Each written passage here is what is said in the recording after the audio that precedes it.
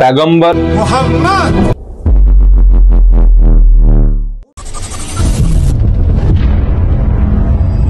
हजरत मोहम्मदुर रसूलुल्लाह सल्लल्लाहु अलैहि वसल्लम की पैदाइश सऊदी अरेबिया के अंदर मक्का में हुई। आपकी वालिदा का नाम आमिना था, जो वहाब इब्ने अबू मन्नाफ की बेटी थी, ज़ारा खानदान से। आपके वालिद का नाम अब्दुल्ला था, जो अब्दुल मुत्तलिब के बेटे थे। आपका खानदान तकरीबन 40 पीढ़ियों पहले हजरत इस्माइल अलैहिस्सलाम से मिलता था, जो कि हजरत इब्राहिम अलैहिस्सलाम के बेटे थे। पैगंबर मोहम्मद के वालिद का इंतकाल उनकी पैदाइश से पहले हो गया था, और जब आप सिर्फ 6 साल के थे तो आपकी माँ का भी इंतकाल हो गया था। यतीम होने के बाद आपके दादा अब्दुल मुत्तलिब ने आपकी देखभाल की और बड़ी मोहब्बत से पाला, मगर उसके 2 साल बाद आपके दादा भी वफात हो गए। अपनी वफात के वक्त उन्होंने आपके चाचा अबू तालिब के हवाले आपको कर दिया था। हजरत अबू तालिब आपकी पूरी वफादारी और मोहब्बत के साथ आपकी देखभाल करते और परवरिश करते। जब पैगंबर मोहम्मद 12 साल के थे तो आपने अपने चाचा अबू तालिब के साथ एक तिजारती सफर पर सीरिया गए और ये लोग बुरसा तक पहुंचे। ये सफर कुछ महीनों तक चला और बुरसा के अंदर एक क्रिश्चियन पादरी जिसका नाम बहीरा था, उसने पैगंबर मोहम्मद को देखा और अबू तालिब से कहा, इस लड़के को वापस ले जाओ और इसे यहूदियों की पहुंच से दूर रखना, क्योंकि तुम्हारा भतीजा कोई आम इंसान नहीं है। आपकी ईमानदारी ने मक्का के लोगों का दिल जीत लिया था और सब लोग आपको इज्जत से अल अमीन बुलाते थे। पैगंबर मोहम्मद अपनी जवानी में अक्सर फिक्र में रहते थे। मक्का के अंदर आपसी कबीलों के अंदर झगड़े और खूनी ओलंपिक में होती लड़ाइयों को देखकर आपका दिल बहुत दुखता था। कुरैश कबीले के अंदर बेहयाई और शिर्क यानी कि मूर्तियों को पूजने को देखकर आपको बहुत गम और फिक्र होता था। जब पैगंबर मोहम्मद 25 साल के हुए तो आपने एक बार फिर सीरिया गए, लेकिन इस बार आप एक अमीर, इज्जतदार और बेवा और कुरैश कबीले की हजरत खजीजा के लिए काम कर रहे थे। आपने ईमानदारी और वफादारी के साथ उनका सारा काम संभाला, जिसके बदले में हजरत खजीजा ने आपको अपना शौहर बना लिया। ये शादी बहुत ही कामयाब और खुशगुजार रही। हजरत खजीजा उम्र में आपसे काफी बड़ी थी, लेकिन दोनों के दरमियान वफादारी और मोहब्बत का रिश्ता था। जब दुनिया ने आप पर यकीन नहीं किया तो हजरत खजीजा ने हमेशा आपको तसल्ली दी। जब पैगंबर मोहम्मद 30 साल के हुए, आप दुनिया के बाहर के हालात से कुछ खास वाकिफ नहीं थे। आपके दादा के इंतकाल के बाद मक्का में 10 हुक्मरान सरदार थे और इनकी आपसी लड़ाइयों में आम लोगों का बहुत नुकसान होता था। बहुत से मुसाफिरीन और आम लोग जुल्म का शिकार बनते थे। पैगंबर मोहम्मद के कहने पर एक पुराना अहदनामा लाया गया, जिसका मकसद था जुल्म के खिलाफ आवाज उठाना और मजलूमों की मदद करना। जब पैगंबर मोहम्मद 35 साल के हुए तो एक बड़ी प्रॉब्लम आई। उस वक्त काबा को दोबारा बनाया जा रहा था और हजरे अस्वाद यानी कि वो काला पत्थर को उसकी जगह रखने का सवाल उठ गया। हर कबीला चाहता था कि उसे उठाने की इज्जत उन्हें मिले। आखिर में ये फैसला हुआ कि जो पहला शख्स इस दरवाजे से आएगा वही फैसला करेगा, और वो शख्स कोई और नहीं, खुद पैगंबर मोहम्मद निकले, जिन्हें लोग अल अमीन कहते थे। आपने सब कबीलों को कपड़े का एक कोना पकड़ने को कहा। पत्थर उस कपड़े पर रखा गया और सब मिलकर उसे उठाएं। इससे सब खुश हो गए और सबकी प्रॉब्लम सॉल्व भी हो गई। अपनी शादी के लगभग 15 साल के अंदर पैगंबर मोहम्मद की कुछ पब्लिक एक्टिविटीज भी थी। हिस्टोरियंस बोलते हैं कि वो अपनी जिंदगी में गरीबों की मदद करते थे, मजलूमों की भी मदद करते थे। जब आपके चाचा अबू तालिब के ऊपर बुरा वक्त आया तो आपने उनका शुक्रिया अदा करने के लिए उनके बेटे हजरत अली की परवरिश का जुम्मा लिया। 1 साल बाद आपने आकिल उनके दूसरे बेटे को भी अपना लिया। हजरत खजीजा से आपके 3 बेटे और 4 बेटियां पैदा हुई, लेकिन सब बेटे छोटी उम्र में ही वफात पा गए। लेकिन जब आप हजरत अली की तरफ देखते तो आपको बहुत सुकून मिलता। हजरत खजीजा ने आपको एक गुलाम जैद इब्ने हारिथ दिया था, जो मक्का के अंदर कैदी बनाकर बेचा गया था। जब हजरत जैद के वालिद को इस बारे में पता लगा तो उन्हें छुड़ाने के लिए आए, लेकिन पैगंबर मोहम्मद ने कहा, जैद को बुलाओ, अगर वो आपके साथ जाना चाहते हैं तो बिना किसी मालो दौलत के ले जाओ, लेकिन अगर वो मेरे पास रहना चाहें तो मैं उन्हें रोक नहीं सकता। हजरत जैद ने कहा, मैं अपने आका हजरत मोहम्मद के साथ रहना चाहता हूँ। फिर पैगंबर मोहम्मद ने हजरत जैद को कौमी तौर पर अपना बेटा बना लिया, लेकिन पैगंबर मोहम्मद के दिमाग से टेंशन और फिक्र खत्म ही नहीं हो रही थी। आप अकेलापन पसंद करने लगे थे। गारे हीरा गुफा में मैं जाकर इबादत करते। आप कभी अकेले रहते तो कभी घर वालों के साथ रहते।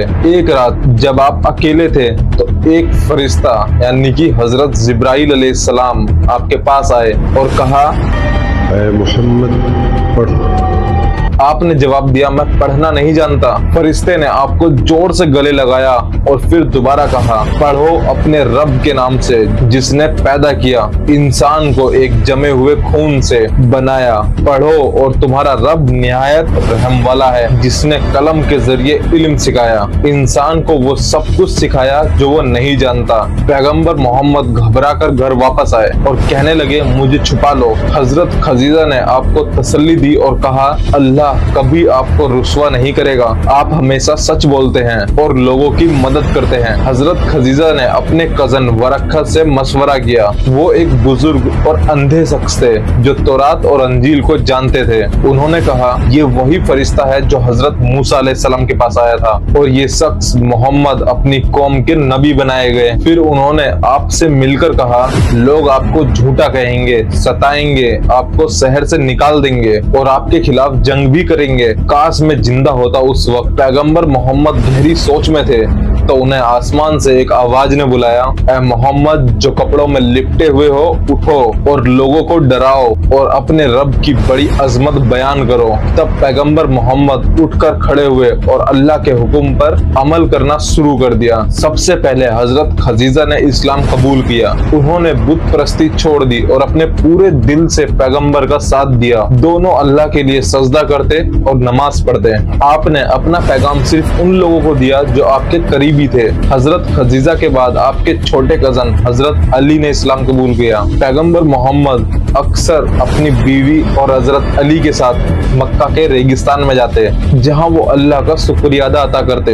एक दिन हजरत अबू तालिब जो कि हजरत अली के फादर थे, उन्होंने उनको ऐसा देखा और पूछा, मेरे भतीजे ये कौन सा दीन है जिसे तुम फॉलो कर रहे हो? ये अल्लाह, उसके फरिश्ते, पैगंबर और हमारे बाप हजरत इब्राहिम अलैहिस्सलाम का दीन है। अल्लाह ने मुझे भेजा है ताकि मैं लोगों को हक की तरफ बुलाऊं और आप मेरे चाचा इस दीन को कबूल कर लें। हजरत अबू तालिब ने कहा, मैं अपने बाप दादा का दीन नहीं छोड़ सकता, लेकिन जब तक मैं जिंदा हूँ कोई तुम्हें नुकसान नहीं पहुँचा सकता। और फिर उन्होंने अपने बेटे हजरत अली से पूछा, तुम्हारा क्या इरादा है? हजरत अली ने फरमाया, मैं अल्लाह और उसके रसूल पर ईमान ला चुका हूँ। हजरत अबू तालिब ने फरमाया, वो तुम्हें सिर्फ अच्छाई की तरफ ही बुलाएंगे, तुम उनका साथ दे सकते हो मेरे बेटे। और फिर इसके बाद हजरत मोहम्मद के गोद लिए हुए बेटे हजरत जैद ने इस्लाम कबूल किया। और फिर उसके बाद हजरत अबू बकर जो कुरैश के अमीर बिजनेसमैन थे, इनके ईमान लाने से लोगों पर गहरा असर पड़ा और मशहूर लोग भी ईमान लाने लगे और नीचे तबके के यानी कि गरीब लोगों ने भी इस्लाम कबूल किया। 3 साल तक पैगंबर ने चुप चुप कर अपना इस्लाम पेश किया। लोग बुत परस्ती में डूबे हुए थे और कुरैश कबीले का पूरा फायदा इन बुतों से था। इन 3 सालों में सिर्फ 30 लोग मुस्लिम हुए। इसके बाद पैगंबर मोहम्मद ने ओपन इस्लाम की दावत देना शुरू करा। आपने एक पहाड़ पर लोगों को इकट्ठा किया और उन्हें बताया कि पत्थर को पूजना बेकार है और अल्लाह के दीन को अपना लो, लेकिन लोग आपकी बात सुनने की बजाय चले गए। इसके बाद आपने शहर में आने वाले मुसाफिरीन और हाजियों को इस्लाम की दावत देना शुरू करा, लेकिन कुरैश के लोग उन लोगों से पहले मिल जाते और पैगंबर मोहम्मद को जादूगर और पागल कहकर बदनाम करते। कुछ लोग इस्लाम में दाखिल होने लगे तो कुरैश कबीला घबराने लगा और फिर पैगंबर मोहम्मद और उनके साथियों को जलील करना शुरू कर दिया। जब पैगंबर मोहम्मद काबा में नमाज पढ़ते तो उन पर गंदा कचरा फेंका जाता, रास्ते में कांटे बिछाए जाते और उनका पीछा किया जाता।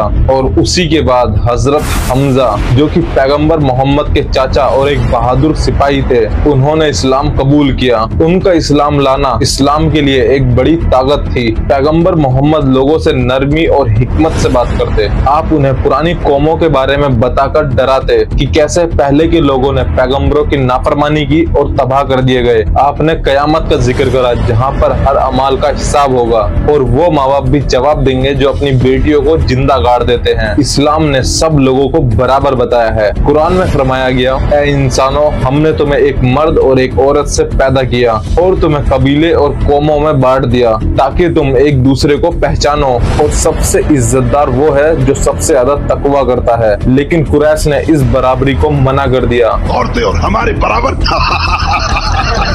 क्योंकि उनका राज और उनकी इज्जत बुत परस्ती से जुड़ी हुई थी। उन्होंने हर घर को हुक्म दिया कि वो अपने घर के हर मुस्लिम पर जुल्म करें। सिर्फ पैगंबर मोहम्मद जो कि हजरत अबू तालिब की हिफाजत में थे और हजरत अबू बकर जो कि अमीर बिजनेसमैन थे और ऐसे ही कुछ ताकतवर लोग बचे रहे। लेकिन बाकी लोगों पर जुल्म किया गया, भूखा रखा गया, कैद किया गया, मारा गया। पहाड़ियां जुल्म का मरकज बन चुकी थी। एक दिन कुरैश ने सोचा पैगंबर मोहम्मद को नए धर्म की दावत देने से रोका जाए और इस काम के लिए उतबा इब्न रबिया को भेजा गया। उतबा ने कहा, ऐ मेरे भतीजे के बेटे, तुम्हारे अच्छे अखलाक का सब लोग जिक्र करते हैं, मगर तुमने हमारे लोगों के बीच में लड़ाई डाल दी है, हमारे खानदानों में नफरत पैदा कर दी, हमारे देवताओं को झूठा बोला। अब हम तुमसे एक डील करते हैं, सोच समझ कर जवाब देना। पैगंबर मोहम्मद ने कहा, बोलो, मैं सुन रहा हूँ। उतबा बोला, अगर तुम ये सब माल और दौलत के लिए कर रहे हो तो हम तुम्हें सबसे ज्यादा माल देने को तैयार हैं, और अगर तुम इज्जत चाहते हो तो हम तुम्हें अपना लीडर बना देते हैं, और अगर तुम्हें किसी भूत या जिन ने पकड़ रखा है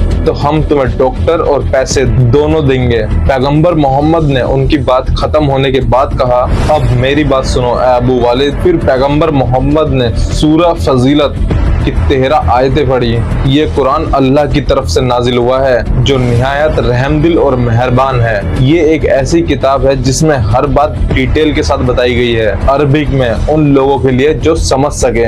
और आखिर में पैगंबर ने कहा, ये मेरा जवाब है, अब जो चाहे सो कर लो। इसके बाद कुरैश का सितम और भी ज्यादा बढ़ता गया और पैगंबर मोहम्मद के साथियों की तकलीफ हद से ज्यादा बढ़ने लगी। पैगंबर मोहम्मद ने सुना कि हफ्सा का एक क्रिश्चियन बादशाह इंसाफ पसंद और रहमदिल है। पैगंबर ने उन साथियों को मशवरा दिया जो बेसहारा थे कि वो हफ्सा चले जाएं। तकरीबन 15 लोग हफ्सा चले गए और बादशाह ने उनका खैरो मकदम भी किया। जब कुरैश ने सुना कि ये लोग निकल गए तो उन्होंने अपने 2 लोगों को भेजा ताकि वो उन्हें वापस ला सके। और फिर बादशाह ने इन लोगों से इनका दीन पूछा। हजरत जफर इब्न अबी तालिब ने कहा, ऐ बादशाह, हम पहले जहालत और शिर्क में डूबे हुए थे, बुतों की पूजा करते थे, गलत काम करते थे। तब अल्लाह ने हमारे लिए एक नबी भेजा जिनका सच्चा, ईमानदार और पाक होना हम जानते हैं। उन्होंने हमें अल्लाह की इबादत और उसके सिवा सब कुछ छोड़ देने का हुक्म दिया। जब बादशाह ने उनकी बात सुनी तो कुरैशियों को लौट जाने का हुक्म दिया और मुसलमानों को अपनी जगह में एंट्री दी।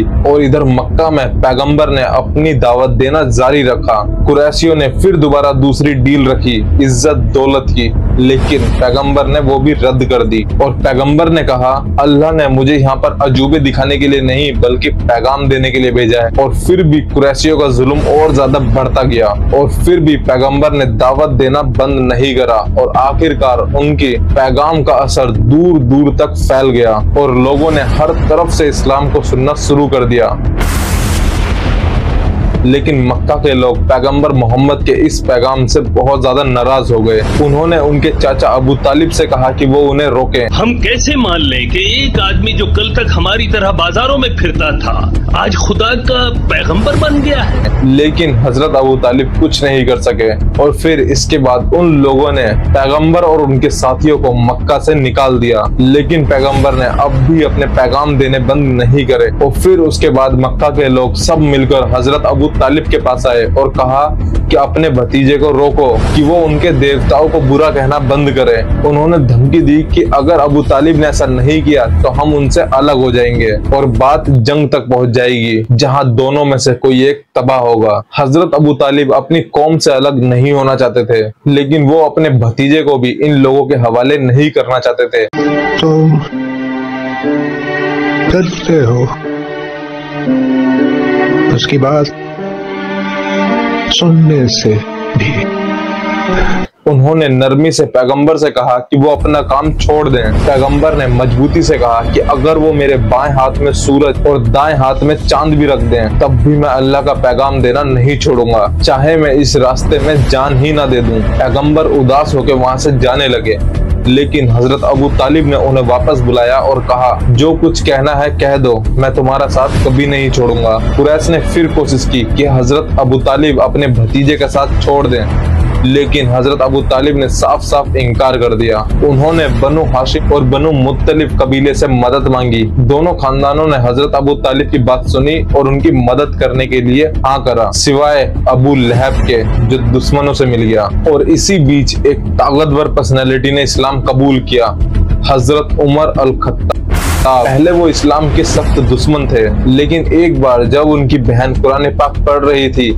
तो उसकी आयत सुनकर उनका भी दिल बदल गया। हजरत उमर के इस्लाम कबूल करने से इस्लाम की ताकत और भी ज्यादा बढ़ गई। अब मुसलमान जमात में नमाज खुलेआम अदा करने लगे। जब कुरैश ने देखा कि इस्लाम का असर बढ़ रहा है तो उन्होंने 7 साल बाद बनु हाशिम कबीले और बनु मुत्तलिफ कबीले के खिलाफ एक मुआहदा बनाया, ना उनसे रिश्ता जोड़ा जाए और ना ही किसी तरीके का ट्रेड और बिजनेस करा जाए। इसी वजह से दोनों खानदान हजरत अबू तालिब के पास इकट्ठा हो गए। अबू लहब जो कि पैगंबर मोहम्मद का चाचा था और वो इस्लाम से सख्त नफरत करता था और वो दुश्मनों के साथ मिल गया। मुसलमान और उनके साथी एक घाटी में चले गए और वहाँ 3 साल तक रहे। बायकॉट की वजह से वहाँ उन्हें बहुत ज्यादा मुश्किल भरी जिंदगी गुजारनी पड़ी और ये उनके दौर का सबसे कठिन वक्त था। उनके पास खाने और पानी दोनों की कमी थी, लेकिन इसके दरमियान भी कुछ लोग छुप छुप कर मदद पहुंचाते रहते थे। पैगंबर की दावत के 10वें साल कुछ लोगों की मदद से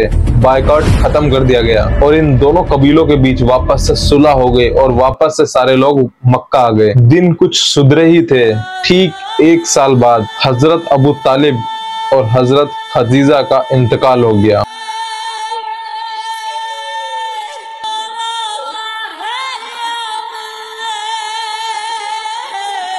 पैगंबर मोहम्मद ने एक तरफ अपने बचपन के साथी को खोया और दूसरी तरफ अपनी महबूब बीवी को खोया,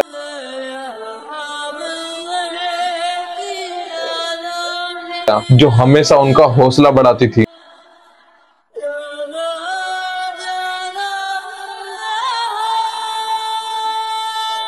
इस गम के दौर में भी पैगंबर मोहम्मद ने अपना काम छोड़ा नहीं और नए लोगों तक इस्लाम पहुंचाने का इरादा किया। उन्होंने तैफ नाम की जगह का रुख किया, लेकिन वहां के लोगों ने उनका बुरा हाल किया, उन पर पत्थर मारे और शहर से निकाल दिया। कहा जाता है कि पैगंबर मोहम्मद के शरीर से इतना खून बहा कि उनके जूते तक खून में हो चुके थे। तैफ के गम के बावजूद भी पैगंबर मोहम्मद ने हज के दिनों में इस्लाम की दावत देना जारी रखा। कुछ लोग यथरीब से भी आए थे। यथरीब ये नाम याद रखना, जो बनु खजराज कबीले से थे। उन लोगों ने इस्लाम कबूल किया और वापस जाकर और लोगों को भी इस्लाम में ऐड ऑन करा। उन लोगों ने बताया कि एक पैगंबर आए हैं जो हिदायत और हक का पैगाम लाए हैं। पैगंबर मोहम्मद ने फरमाया, मैं हिजर में था जब एक शख्स आया और मेरी छाती चीर कर मेरा दिल निकाला। ईमान से भरी हुई एक सोने की ट्रे आई जिसमें मेरा दिल धोया गया और वापस रख दिया गया। फिर एक सफेद जानवर लाया गया जो गधे से बड़ा और खच्चर से छोटा था। ये बुराक था। उस पर मुझे सवार किया गया। फिर हजरत जिब्राइल अलैहिस्सलाम उन्हें लेकर पहले आसमान पे गए। दरवाजा खटखटाया गया, पूरा सिलसिला हुआ और फिर जब दरवाजा खुला तो उनकी मुलाकात हजरत आदम अलैहिस्सलाम से हुई। हजरत जिब्राइल अलैहिस्सलाम ने कहा, ये आपके वालिद हैं, सलाम करें इन्हें। पैगंबर ने सलाम किया और हजरत आदम अलैहिस्सलाम ने जवाब दिया, आए नेक बेटे और पैगंबर। हजरत आदम अलैहिस्सलाम की वीडियो भी आप देख सकते हैं हमारे चैनल पे, और जितने भी पैगंबरों के नाम अभी मैं लूंगा सबकी वीडियो प्रॉपर कंप्लीट और लिंक डिस्क्रिप्शन में है, पूरी लिस्ट। और दूसरे आसमान पर उनकी मुलाकात हजरत याया और हजरत ईसा अलैहिस्सलाम से हुई। दोनों ने उनका खैर मकदम किया और कहा, तुम्हारे लिए खुशी है नेक भाई और पैगंबर। फिर हजरत जिब्राइल अलैहिस्सलाम पैगंबर मोहम्मद को तीसरे आसमान पर लेके गए, जहाँ उनकी मुलाकात हजरत यूसुफ अलैहिस्सलाम से हुई। फिर हजरत जिब्राइल ने कहा, ये यूसुफ हैं, इन्हें सलाम करो। पैगंबर ने सलाम किया और हजरत यूसुफ यूसुफ अलैहिस्सलाम ने जवाब दिया, आपका स्वागत है नेक भाई और पाक नबी। फिर चौथे आसमान पे हजरत इदरीस अलैहिस्सलाम से मुलाकात हुई। उन्होंने भी पैगंबर को एक नेक भाई और पाक पैगंबर कहकर स्वागत किया। और पांचवें आसमान पे हजरत हारून अलैहिस्सलाम मिले। उन्होंने भी पैगंबर का स्वागत एक नेक भाई और पाक नबी कहकर किया। छठे आसमान पर हजरत मूसा अलैहिस्सलाम से मुलाकात हुई। उन्होंने पैगंबर को सलाम किया, लेकिन जब पैगंबर मोहम्मद वहां से निकल रहे थे तो हजरत मूसा अलैहिस्सलाम रोने लगे। जब उनसे पूछा गया तो उन्होंने कहा, मैं रो रहा हूँ क्योंकि आपके उम्मती मेरी उम्मत से ज्यादा जन्नत में जाएंगे। और सातवें आसमान पर उनकी मुलाकात हजरत इब्राहिम अलैहिस्सलाम से हुई। हजरत जिब्राइल अलैहिस्सलाम ने कहा, ये आपके वालिद हैं, इन्हें सलाम करो। फिर हजरत इब्राहिम अलैहिस्सलाम ने कहा, एक नेक बेटे और पाक नबी आपका स्वागत है। और फिर पैगंबर मोहम्मद को अल बैतुल मामूर मुकद्दस मकान पर ले जाया गया और उनके सामने एक बर्तन रखा गया जिसमें एक में शराब थी, दूसरे में दूध और तीसरे में शहद था। पैगंबर मोहम्मद फरमाते हैं, मैंने दूध को चुना। हजरत जिब्राइल अलैहिस्सलाम ने कहा, ये वही इस्लाम का मजहब है जिसे तुम और तुम्हारे लोग फॉलो कर रहे हैं। और फिर मुझे नमाज पढ़ने का हुक्म दिया गया, रोजाना 50 नमाजें। और फिर जब मैं वापस आया तो हजरत मूसा अलैहिस्सलाम से मिला। हजरत मूसा अलैहिस्सलाम ने पूछा, तुम्हें क्या हुक्म मिला है? मैंने फरमाया, मुझे 50 नमाजें पढ़ने का हुक्म मिला है। हजरत मूसा अलैहिस्सलाम ने कहा, तुम्हारे लोग 50 नमाजें नहीं उठा सकते। मैं अल्लाह की कसम खाता हूँ, मैं तुमसे पहले लोगों को परख चुका हूँ। मैंने बनी इजराइल के साथ पूरी कोशिश की मगर बेकार रही। तुम वापस जाओ और नमाज की तादाद कम करने की दरख्वास्त करो ताकि तुम्हारे लोगों का बोझ कम हो सके। मैं वापस गया और अल्लाह पाक ने मेरी तादाद 10 नमाज कम कर दी। और फिर मैं हजरत मूसा अलैहिस्सलाम के पास आया, उन्होंने फिर वही बात दोहराई। और फिर मैं अल्लाह के पास वापस गया, अल्लाह पाक ने 10 नमाज और कम कर दी। लेकिन हजरत मूसा अलैहिस्सलाम ने फिर वही बात कही और फिर मैं अल्लाह के पास वापस गया और फिर मुझे रोजाना 10 नमाज पढ़ने का हुक्म दिया गया। और फिर हजरत मूसा अलैहिस्सलाम ने सेम वही बात दोहराई। फिर मैं अल्लाह के पास वापस गया और आखिर में मुझे 5 नमाज पढ़ने का हुक्म दिया गया। फिर हजरत मूसा अलैहिस्सलाम ने कहा, तुम्हारे लोग 5 नमाज भी नहीं उठा सकेंगे। बेशक मैं पहले लोगों का तजुर्बा रखता हूँ, तो तुम वापस रब के पास जाओ और उनसे नमाज कम करने की दरख्वास्त करो। मैंने कहा, मैं अपने रब से इतनी बार दरख्वास्त कर चुका हूँ कि अब मुझे शर्म आती है और मैं अब खुश हूँ और मैं अल्लाह के हुक्म के आगे अपना सर झुकाता हूँ। इस मेराज के सफर के बाद इस साल यथरीब से लगभग 12 लोग आए। इसमें से 10 आदमी खजराज के यहूदी कबीले से थे और 2 आदमी औस कबीले से थे। मक्का आए और पैगंबर मोहम्मद के सामने ईमानदारी का अहद किया। इस अहद में ये बातें शामिल थी, हम अल्लाह के साथ कोई शिर्क नहीं करेंगे, न चोरी करेंगे और न जिना करेंगे और न ही अपने बच्चों को जान से मारेंगे और न झूठ बोलेंगे। हम पैगंबर की बात मानेंगे और उनके अच्छे और बुरे वक्त में उनके वफादार रहेंगे। जब उन्होंने पैगंबर से ये सब वादे किए तो हजरत पैगंबर मोहम्मद ने अपना एक शागिर्द मौसाद इब्ने उमैर को उनके साथ भेजा ताकि वो इस्लाम सिखा सके और बुनियादी उसूल और इबादत सिखा सकें। हजरत मुसाद ने यथरीब पहुंचकर और कई लोगों को इस्लाम में एंटर करवाया, खासकर उसैद इब्ने खुदैर को और साद इब्ने मुआद को जो औस कबीले के लीडर थे। इस्लाम इतनी तेजी से फैला कि लगभग हर घर में मुस्लिम थे। अगले साल मुसाद वापस आए यथरीब से 7 आदमी और 2 औरतों को लेकर आए जो इस्लाम कबूल कर चुके थे। उन्होंने तुरंत पैगंबर को दावत दी कि वो उनके शहर आए। अपने साथियों को, हमारे भाइयों को हमारी तरफ मदीना आने दो। फिर जब वो लोग अगले साल आए तो इस बार उनकी तादाद थोड़ी ज्यादा थी, तो उनमें से 12 आदमियों को पैगंबर ने अपने नुमाइंदों के तौर पर रखा और बाकी अपने शहर वापस चले गए। और पैगंबर मोहम्मद ने अपने साथियों को यह हुक्म दिया कि वो यथरीब में जाएं और अपनी हिफाजत ढूंढें। तकरीबन 100 खानदान चुपके से मक्का से निकलकर यथरीब पहुंचे, जहां उनका शानदार वेलकम हुआ और लगभग सभी फैमिलियां यथरीब जा चुकी थी। अब सिर्फ पैगंबर मोहम्मद अकेले मक्का में बचे थे, अपने छोटे कजन हजरत अली और अपने वफादार दोस्त हजरत अबू बकर के साथ। जब मक्का के लोगों को ये बात पता लगी तो उन लोगों ने सीरियसली सोचना स्टार्ट कर दिया कि पैगंबर मोहम्मद को यथरीब जाने से कैसे रोका जाए। उन सब ने मिलकर फैसला किया कि पैगंबर मोहम्मद को कत्ल कर दिया जाए। हर कबीले से एक एक शख्स को चुना गया जो अपनी तलवार से एक एक मर्तबा पैगंबर को मारेगा ताकि सारी जिम्मेदारियां तमाम कबीले पर बराबर पड़े। बनो हाशिम जो हजरत पैगंबर का कबीला था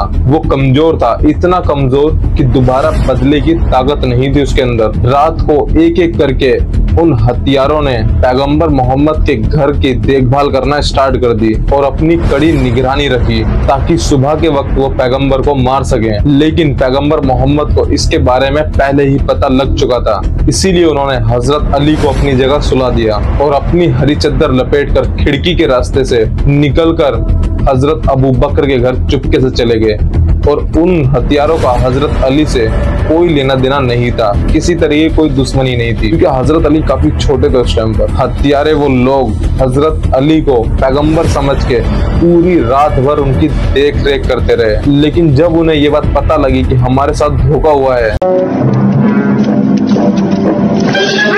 मेरे साथ अन्याय हुआ है, मेरे साथ अन्याय हुआ है, तो कुरैश का गुस्सा इतना बढ़ गया कि उन्होंने पैगंबर मोहम्मद के सर पर 100 ऊंटों का इनाम रखा। हजरत आयशा जो कि पैगंबर मोहम्मद की बीवी और हजरत अबू बकर की बेटी थी, वो फरमाती हैं, मुझे कभी याद नहीं कि मेरे पेरेंट्स ने किसी और रिलीजन को फॉलो करा हो सिवाय इस्लाम के, और मुझे ये भी याद नहीं कि शायद ही कोई दिन ऐसा गुजरा हो जिसमें अल्लाह के रसूल सुबह और शाम हमारे घर ना आए हों। जब मुस्लिमों पर मुसीबतें आई तो हजरत अबू बकर इथोपिया चले गए। जब वो बकर अल गिमान नाम की जगह पर पहुंचे तो उन्हें कारा कबीले का चीफ मिला और उसने पूछा, ओ अबू बकर तुम कहाँ जा रहे हो? हजरत अबू बकर ने जवाब दिया, मेरे लोगों ने मुझे अपने मुल्क से निकाल दिया है जब मुस्लिमों का बाइकाट चल रहा था। फिर उस चीफ ने कहा, ओ अबू बकर ऐसे आदमी को अपनी जमीन नहीं छोड़नी चाहिए और ना ही उसे निकाला जाना चाहिए, क्योंकि तुम जरूरतमंद की मदद करते हो, रिश्तेदारों से अच्छे रिश्ते रखते हो, मेहमान नवाजी करते हो, इसलिए मैं तुम्हें प्रोटेक्ट करूंगा।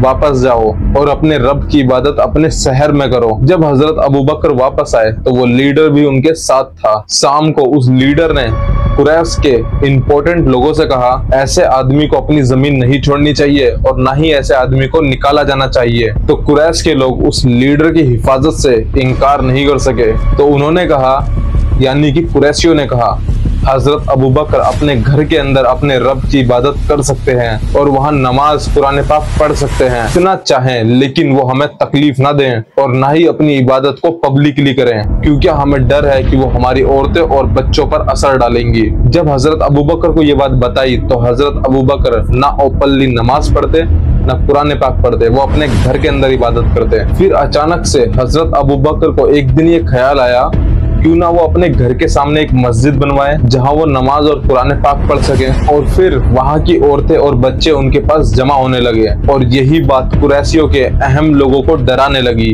उन्होंने उस लीडर को बुलाकर कहा कि हमने तुम्हारी प्रोटेक्शन इस शर्त पर कबूल करी थी कि हजरत अबू बकर अपने घर के अंदर इबादत करे, लेकिन उसने हमारी शर्त तोड़ी है और अपने घर के सामने मस्जिद बनाई है जहाँ वो ओपनली नमाज और कुरान पाक पढ़ता है। हम नहीं चाहते कि वो हमारी औरतों और बच्चों पर गलत असर दे, इसलिए उसे रोको। और फिर उस लीडर ने हजरत अबू बकर से कहा, या तो तुम अपनी शर्त पूरी करो या फिर मुझे अपनी हिफाजत से आजाद करो, क्योंकि मैं नहीं चाहता कि मेरे लोग जाने कि मैंने अपनी प्रोटेक्शन किसी के ऊपर तोड़ दी है। हजरत अबू बकर ने जवाब दिया, मैं तुम्हें अपनी हिफाजत से आजाद करता हूँ और अल्लाह की हिफाजत में खुश हूँ। और फिर जब पैगंबर मोहम्मद ने ये बात फरमाई कि आप सब यथरीब चले जाओ, तब हजरत अबू बकर अल सिद्दीक भी तैयारी करने लगे। लेकिन अल्लाह के रसूल ने कहा, थोड़ा रुक जाओ, हो सकता है कि मुझे भी हिजरत करने की इजाजत मिल जाए। हजरत अबू बकर ने बड़ी खुशी से कहा, क्या आप सच में ऐसी उम्मीद रखते हैं? पैगंबर ने फरमाया, हाँ। तब हजरत अबू बकर ने थोड़ा इंतजार किया ताकि वो रसूल अल्लाह के साथ जा सके। एक दिन हजरत अबू बकर अपने घर में दोपहरी के टाइम बैठे थे तो उनका दरवाजा खटखटाया। जब हजरत अबू बकर ने देखा तो वो हैरान रह गए कि अल्लाह के रसूल इस टाइम पर तो कभी नहीं आते, और फिर अंदर आने की इजाजत मांगी जो कि हुजूर को मिली और फिर वो अंदर गए। और फिर हुजूर ने कहा, जो लोग तुम्हारे साथ हैं उन्हें यथरीब भेज दो। हजरत अबू बकर ने कहा, यहाँ सिर्फ आप ही की फैमिली बची है। फिर पैगंबर ने फरमाया, मुझे हिजरत करने की इजाजत मिल गई है। फिर हजरत अबू बकर ने कहा, क्या मैं आपके साथ चलूं? पैगंबर ने फरमाया, हाँ। फिर हजरत अबू बकर ने फरमाया, अल्लाह के रसूल, आप मेरे दोनों ऊँटों में से एक ऊँट ले लो। अल्लाह के रसूल ने फरमाया, मैं अदायगी के साथ लूंगा। हमने जल्दी से सामान तैयार किया, कुछ खाना लेदर के बैग में रखा और वहाँ से निकल लिए। फिर अल्लाह के रसूल और हजरत अबू बकर ने तूर के पहाड़ पर एक गुफा में 3 रात रुके। अब्दुल्ला इब्ने अबी बकर एक नौजवान और अक्लमंद शख्स उनके साथ रात गुजारता था और वो सुबह होते ही कुरैश के पास चला जाता था, जिससे उनकी होने वाली एक्टिविटीज का पता लग सके। वो उनकी हिफाजत करता और रात को कुरैशियों के आने वाली चालों का बता देता। सुराका इब्ने जुसाम के बेटे ने अपने वालिद से सुना। सुराका ने कहा, कुरैशियों की तरफ से पैगाम आया है कि जिन लोगों ने मोहम्मद और अबू बकर को मारा या कैद करने का इरादा किया, उनको खून के बदले खून का इनाम मिलेगा।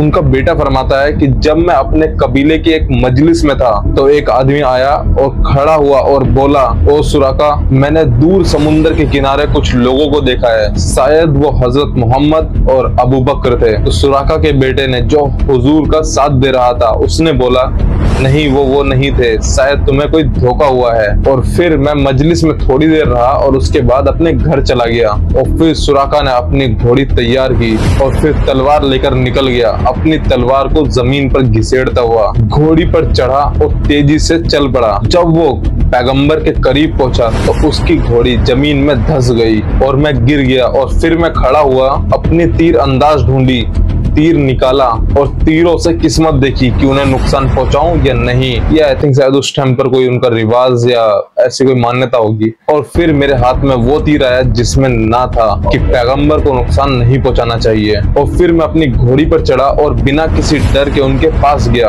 और फिर जब मैंने देखा कि मेरी घोड़ी जमीन में घुस गई है, फिर मुझे यकीन हो गया कि इस्लाम जीतेगा। और फिर मैं उनके पास गया और उन्हें बताया कि कुरैशियों ने तुम्हारे सर पर खून के बदले खून का इनाम रखा है। और फिर पैगंबर ने कहा कि इस बात को किसी को मत बताना। और फिर मैंने उनसे अमन के लिए दावत की और लिखवाया ताकि मुस्लिम लोग उन्हें दुश्मन ना समझे, इसीलिए उन्होंने कॉन्ट्रैक्ट साइन करवाया और इस्लाम कबूल करा। उरवा इब्ने अज़-ज़ुबैर फरमाते हैं कि पैगंबर मोहम्मद एक कारवा में मिले जो मुस्लिम मर्चेंट का था, जो कि शाम से वापस आ रहा था, यानी कि सीरिया से। अज़-ज़ुबैर ने अल्लाह के नबी और हजरत अबू बकर को सफेद कपड़े दिए पहनने के लिए। जब यथरीब के मुसलमानों को ये बात पता लगी कि अल्लाह के नबी आ रहे हैं, तो वो हर सुबह जाकर उनका इंतजार करते और जब तक करते जब तक धूप ज्यादा ना हो जाती। एक दिन बहुत देर रुकने के बाद वो घर वापस चले गए। जब वो अपने घर गए तो एक यहूदी अपने कौम के किले की छत पर कुछ ढूंढ रहा था।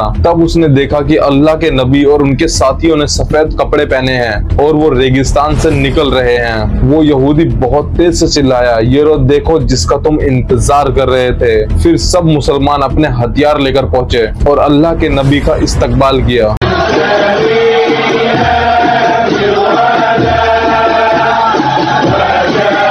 उनके साथ मिलकर अमर इब्ने औफ के इलाके में उतरे। रब्बी उल औल के महीने में हजरत अबू बकर खड़े हो गए और लोगों का इस्तकबाल करने लगे और अल्लाह के नबी बैठे रहे। जिन लोगों ने पहले कभी नबी को नहीं देखा था, वो लोग पहचान ही नहीं पाए कि कौन है अल्लाह के नबी। जब अल्लाह के नबी के ऊपर धूप पड़ने लगी तो हजरत अबू बकर ने अपना कपड़ा उनके ऊपर ढका। तब लोग समझ गए कि ये अल्लाह के नबी हैं। पैगंबर मोहम्मद अमर बिन औफ के यहाँ 10 दिन रुके और उन्होंने वहाँ पर एक मस्जिद भी बनवाई। इस तरह हिजरत पूरी हुई, जिसे यूरोपियन मोहम्मद की हिजरत भी कहते हैं। जब पैगंबर मोहम्मद और उनके साथियों ने यथरीब में रहने लगे तो उस शहर का नाम बदलकर मदीना रख दिया।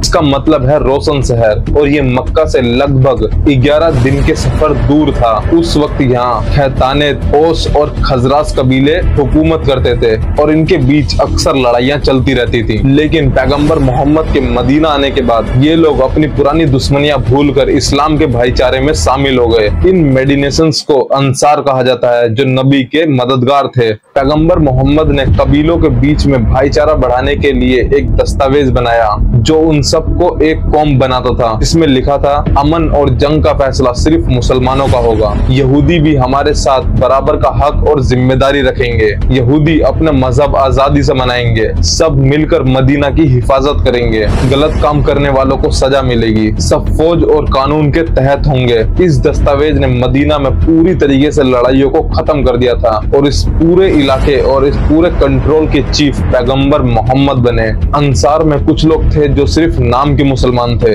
और अंदर से वो पत्थर पूजने को पसंद करते थे। इनका सरदार अब्दुल्ला इब्ने उबई था। ये लोग पैगंबर के लिए खतरा थे। यहूदी सबसे ज्यादा बड़ा खतरा थे। उनकी पैगंबर के साथ दोस्ती सिर्फ झूठी थी। नबी को अपने दुश्मनों पर नजर रखनी पड़ती थी। मक्का के लोगों ने भी मदीना के अंदर के दुश्मनों के साथ मिलकर मुस्लिमों के खिलाफ साजिश करी। हिजरत के सिर्फ दूसरे साल मक्का के रहने वाले लोगों ने मदीना में रहने वाले मुसलमानों के फलों के पेड़ों को नुकसान पहुंचाना शुरू कर दिया और उनके जानवरों को भी चुराने लगे। ये नबी के लिए सबसे बड़ा इम्तिहान था। उन्हें अपने शहर और कौम की हिफाजत के लिए सख्त कदम उठाने थे, जिसमें से एक था जंगे बदर। और ये इस्लाम के इतिहास की पहली जंग थी। सब्सक्राइब कर लेना। और अगर आपने हमारी इससे पहले की स्टोरी नहीं पढ़ी है तो वो पहले पढ़ ले, ताकि आपको ये स्टोरी और इजीली आसानी से समझ में आ जाए। लिंक डिस्क्रिप्शन में है पूरी प्लेलिस्ट का, और आपकी स्क्रीन पे भी दिखाई दे रही होगी हमारी पूरी प्लेलिस्ट तैयार है।